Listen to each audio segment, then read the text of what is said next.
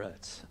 I'll preface my question by saying that I admire your work for a number of different reasons, and perhaps what I find most admirable about you is your strict sense of ethnic and religious identity as a Jew. Your Jewish background has clearly played a significant role in influencing or shaping the political, social, and cultural ideals and values that you have, as well as your support for Israel as a nation state.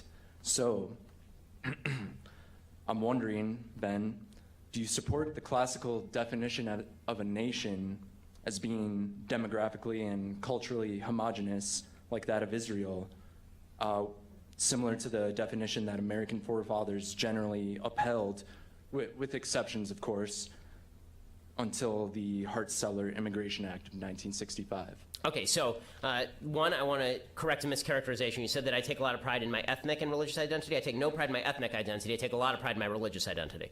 So there are a lot of people who have been born Jews who I just don't care about. Right? Like Noam Chomsky was born Jewish. He's a schmuck. Like I don't care at all. Bernie Sanders, born Jewish, schmuck. Like I don't. So the point that I'm making is that religious identity is a different thing because that's a set of ideas and values. Religion is creedal, and in the same way the American Declaration of Independence is creedal. So when it comes to the definition of a nation, I would say that it is very important that a nation have a creed in common.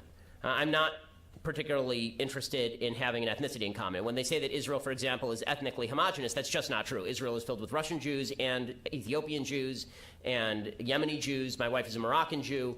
So just because they all have a religion in common doesn't make them ethnically identical by any stretch of the imagination. Right? Again, it's pretty hard to find somebody who's more ethnically non-identical than a Russian Jew and an Ethiopian Jew. So the reason that I believe in Israel as a nation state is not for ethnic reasons. It's because of religious observance reasons, that Israel is a place where the religion of Judaism can thrive and be safe, which I think is an important thing.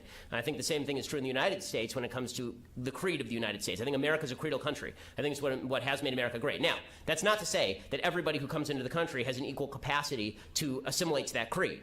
The assimilation capacity of people, I don't think, has to do much with ethnic identity. I think it does have to do with cultural identity. I think there are cultures that come into the country, people who come from various cultures, who may not be as easily able to assimilate, because obviously that's just the case. I mean, there are people who come in and they already know English. There are people who come in and they've already had a history with Western democracy. There are people who come in and they've never seen a gay person before, and in their old country, gay people were caned and killed. So it's important to recognize that cultures are not the same thing as ethnicities. And I think it's a dangerous game to play when we say that ethnicity means culture when they clearly do not mean anything of the sort.